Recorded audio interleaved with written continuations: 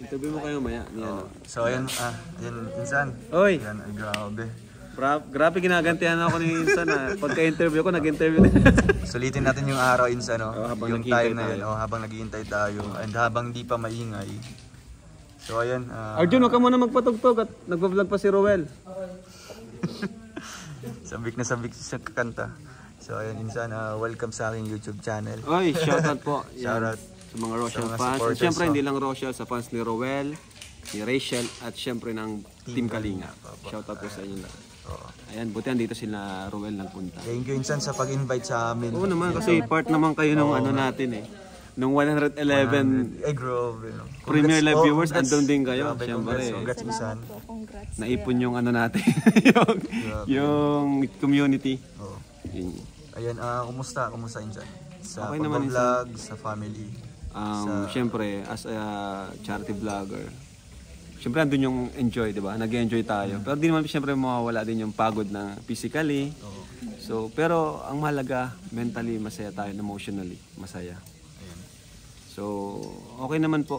Sobrang saya kasi yun nga, kagaya nito, may panibago tayong achievements, di ba? Di ko lang yun achievement.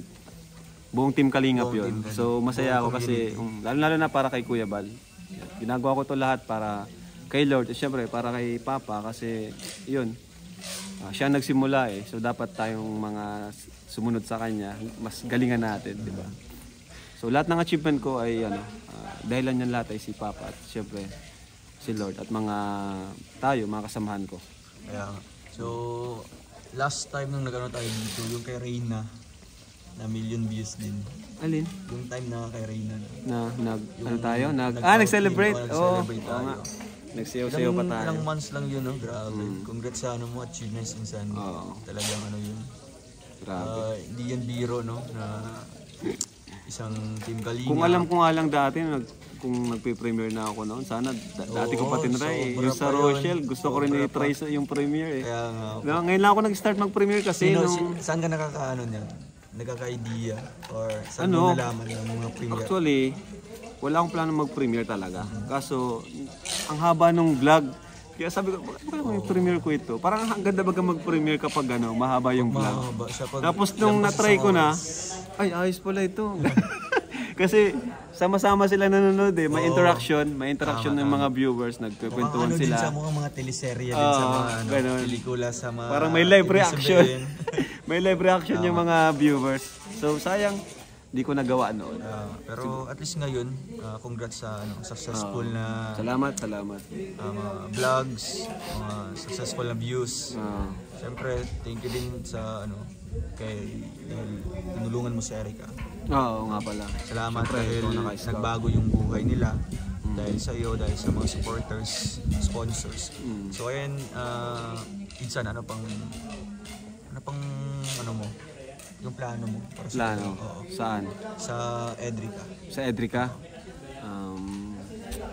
Ako kasi nakadepende ang plano ko sa sa talagang actual na pangyayari. Kaya sa Rochelle, di ba? Tama. Ganun po. Ganun ako. Di ko iniiba yung kwento. Siyempre tayo, di naman talaga tayo director ng movie. Vlogger tayo content creator. But in that day, kung ano lang naisipan. In that day. And kung ano talaga yung mangyayari. Kung may birthday or kung may ganap. Parang yung nangyari sa inyo, di ba? Yung umalis ka. Diretsahan. Vlog natin yan. Parang ganun. Impronto na, na scene. Yun yung plano ko. So ngayon, wala talaga akong plano na kung anong mangyayari sa Edrica. Wala akong plano. Pero tungkol naman sa pamilya niya, nila Erica. Anong plano mo doon? Anong plano ko sa family nila Erica? Ako talaga, gusto ko yung after ng mapabahayan, yung meron silang pagkakakitaan. Tama. Pang long term na. Pang long term talaga. Kasi, kaya ang makakatulong sa kanila, walang iba kundi si Erica.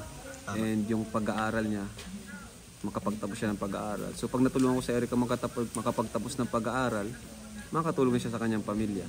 So yun yung pinakaplano ko. Kaya sa Team Kalingap, di mawawala yung programa na scholarship. Di ba? Kaya mo nga nilapit sa akin si Erica para makapag-aral. Maging scholar at kasi yun yung pinakatulong na may bibigay natin sa kanila eh. Yung bahay na yan, ano lang naman yan eh. Although long term siya, pero paano yung makakain nila pagkain nila sa araw-araw? Tama ba? So yun talagang plano ko, makapagtapos si Erica ng pag-aaral. Kaya Salamat no dahil din sa mga sponsors natin no. Talagang bumuhos yung Kay mga Sir Jun biyaya. A, Opo. sa Edricano, mga groups, ayan, salamat po. Kasi sobrang saya po ng family ni Erica. Siyempre, kay Roel na naka-scout. Yan, nakilala natin si Erica dahil sa mga scouter natin. Kaya salamat, laki rin pa salamat ko sa mga scouters natin. Kasi sipag talaga. Sinusuyod nila yung bawat kasulungan ng Kasi lugar. ako, di ko na talaga magagawa. Magagawa ko siya pag may free Pag may time. time lang, Pag may, diba ano, po? pero di ko talaga siya magagawa kasi pabahay natin, di ba? I-update natin, ano tayo ng mga materyales. So marami tayong iniikot. Maraming Kaya schedule. malaking tulong yung mga scouters natin para po sa programa ng Team Kalinga para mas tuloy-tuloy siya. At tungkol naman kay Rachel Insan, anong mensahe mo? Kay Rachel? Na nagiging yung tinulungan mo, mas Yun. siya na din yung tutulong ngayon. Oo, yun nga. Grabe. Palagi kong sinasabi na sobrang proud ako kay Rachel. Lalo na nung papanood ko yung mga vlog niya. Ang galing. Ang galing to si Rachel na vlog. Ang galing din mag-edit. Ikaw talaga nag-edit nun? Ang galing. Kasi may humor siya. Huwag mong intindihin na yung ibang nagko-comment na minsan may nagko-comment na wala ka daw respeto, di ba? Yung parang dapat palagi kang behave, palagi kang dapat kung ano ka, pakita mo. Kasi Okay ganyan lang ka yan, eh. para balas din yung comment. Hindi naman po ako yung talaga tahimik. Siguro inulugar ko yung tahimik ko kapag yung kailangan talaga manahimik. Yan. Kung ano ka talaga, yun yung ilabas mo. Kasi ikaw yan. As long as di ka naman nakakasakit ng kapwa mo, di ka nakatapak ng ibang tao. Kasi marami naman natutuwa sa'yo. Saka, hindi lang ikaw ang ganyan na vlogger. Sila Zainab, sila Donalyn Bartolome. Mas malala pa nga yun ngayon. Siya, totoo yun. Kaya, wag mong baguhin ang sarili mo para sa mga ibang viewers lang, sa ibang konti lang naman yun eh. Konti lang naman sila. Actually, ikaw talaga parang yung personality mo pang vlogging. Pang vlog. Si Popo, ganyan din. Makulit din. Mga susot, bully. Di ba? Eskwela. So yun nga, sobrang bilib ako kay Rachel kasi talagang ngayon pa lang successful na siya sa vlogger. Although nagsisimula pa lang siya pero ang dami na niyang viewers. Kaya dami Diba? nang sumusuporta din. Ang daming viewers na Rachel. Sana yun, kahit mas pataas ng pataas, huwag kalimutan yung mga nakatulong sa kanya, Saan nanggaling? Sila Vincent, ang Kalingap, si Kuya Bal. Yun. At alam ko naman na palagi naman niyang sinasabi sa mga Hindi, vlog. pangarap ko lang yung madaming views. Kasi yung views ko dati, yung react lang, na 109. Na-react ka na dati? Po? React. Yung mga react lang po sa akin sa mga posts. React ka sa mga post. Yung mga likes. Ayun, so Gusto yun. ko mga heart. So ayun, natutupad na yung pangarap ni Rachel. Kaya syempre, masaya tayo dun. Kumbaga, isa yun sa mga achievement ko na din. Na gusto ko rin mangyari kina Erica, kina Dara, saka kina Joy at iba pang mga tinutulungan natin. Kasi yung pagtulong natin is hindi siya yung tuloy-tuloy. Ang pagtulong kasi ng Kalingap, yung talagang babaguhin mo yung buhay. Babaguhin talaga. Hindi yung for content lang. Mismong sila yung gagawa ng way para magkaroon ng ganitong pagkain, ganitong Ayoko kasi nung for content lang ba na isang araw magbigay. Isang araw lang bigay tapos wala na. Gusto ko yung may mababago talaga.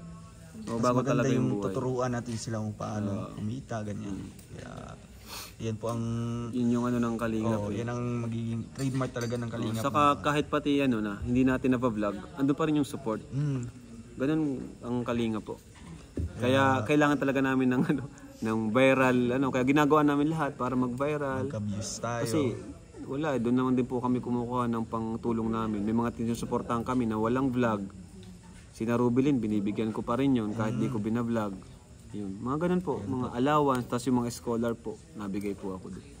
So sana, intindihin nila yung ginagawa natin, kagaya ng mga Kalingap serye. Ginagawa natin yun para may views tayo, pang tulong naman sa ibang, hindi naman viral. Kaya nga, may mga ibang mga viewers lang nababasa ko din. Na puro kino-compare din kayo sa iba. Na yung ibang vlogger is more on charity. Ganyan. Yun po ang dahilan mga Kalingap, no? Kasi sa atin kasi talaga nakafocus tayo sa paano natin babaguhin yung buhay ng isang pamilya. Tama. Hindi lang matulungan ng material na bagay, pati yung habang buhay talaga na kung paano nila pangkonsumo nila sa araw-araw, mga ganun. Yun yung gusto natin mangyari. Ayan. Mensahe mo na lang insan para sa lahat ng sumusuporta sa lahat ng community. Yan. Oo. Mensahe ko kasi, ayan, hindi natin maiwasan na may mga sinusuportahan talaga tayo, may mga fan, may mga tayo, idol, 'di ba? May mga beneficiary tayo na sinusuportahan. Okay lang 'yun. Basta bawasan lang natin yung mga pag-away-away. Na okay lang kahit nagpuso kayo ng blue, ayan. Basta wag lang po tayong mag-away-away. Okay lang 'yun na may sinusuportahan tayo si Rachel or sila Dara, ganyan. Basta pa rin wag nating i-down yung ibang hindi naman natin sinusuportahan. Tapos lang tayo, mahalin pa rin natin ang Kalingap. Kumbaga kahit may sinusuportahan yung iba, magkaisa tayo para sa pagtulong ng Team Kalingap, sa programa ng Kalingap, na panguna ni Kuya Bal. Kahit mahal nyo ang Rochelle or ang Edrica or kung ano man, sana panoorin nyo rin po yung ibang vlog. Kasi yun talaga yung aming nasimulan, no? Yung pagtulong talaga. Doon talaga kami nakilala. Yung saka hindi man po kami nito yung wala mang hidwaan yan. Isang community pa rin tayo. Kumaga Kalingap, tapos andun yung mga nahati sa loob nun yung mga community. Pero under pa rin tayo ng Kalingap. Kalingap pa rin talaga. Kaya sa'yo naman yung opinion mo doon sa yung kulay-kulay na hearts? Kulay-kulay. Sa totoo lang, wala namang problema sa akin. Yung mga kulay-kulay. Natutuwa pa nga ako kasi makulay yung wala namang problema sa akin. Hindi naman talaga siya harmful sa ating Hindi siya big deal sa ating YouTube channel. Okay lang po yun. Wala problema doon. Basta as long as suportahan pa rin natin kahit yung hindi yung porque hindi siya yung sinusuportahan nyo, di mo napapanoorin, tapos ibabash mo pa. Huwag ganun. So wala naman po sa akin yun. Kaya nga po. So ayan, mga Kalingap, malinaw na po na wala pong gap, na walang hidwaan po. Walang gap po. Sa amin, sa lahat po ng mga sumusuporta. So sa na lang insan, yung mga gumagawa ng issue. Ito dahil nga po daw hindi ako sumasama. Anong masasabi mo dun insan? Yun nga. Gaya nung mga picture sa vlog ko sa kanina sa pag-interview ko.